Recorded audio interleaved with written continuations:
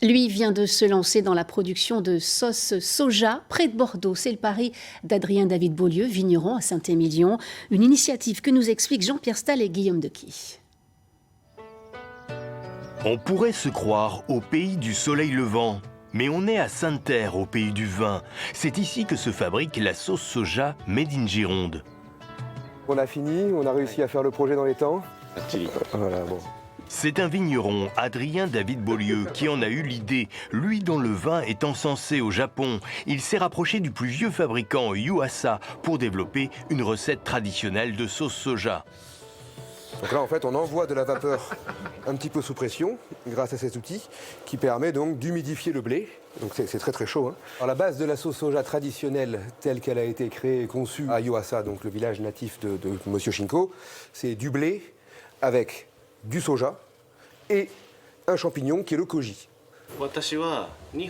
Chez nous au Japon, la sauce soja remonte à 800 ans. Et j'ai envie de vous apporter la technique ici en France.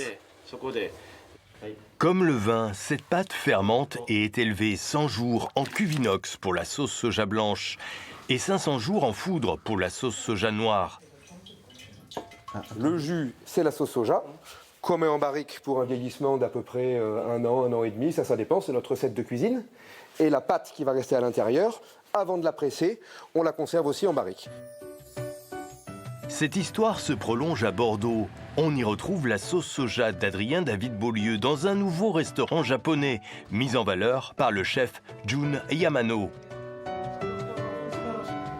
Pour nous, pour les Japonais, plus facile, ça c'est poisson. Mais peut-être pour Française, avec par exemple filet de bœuf, ça marche bien. Et magret de canard, Bordeaux, ça aussi ça marche bien. Santé, pour lancer les hostilités avec ce saké. La sauce soja, c'est comme une épice très importante de la cuisine japonaise. Et si on ne l'avait pas, il nous manquerait une touche finale. Moment de dégustation autour de poissons crus où vin et sauce soja entrent en résonance. Il y a plein de points communs parce que la sauce soja est issue d'un solide qui est fermenté avec des champignons. Le vin, lui, c'est un liquide fermenté avec des levures. Donc déjà dans le process de fabrication, on a plein de points communs. Et surtout, on a la 5e saveur qui est la saveur umami. Oishi. Oishi, c'est très bon en japonais.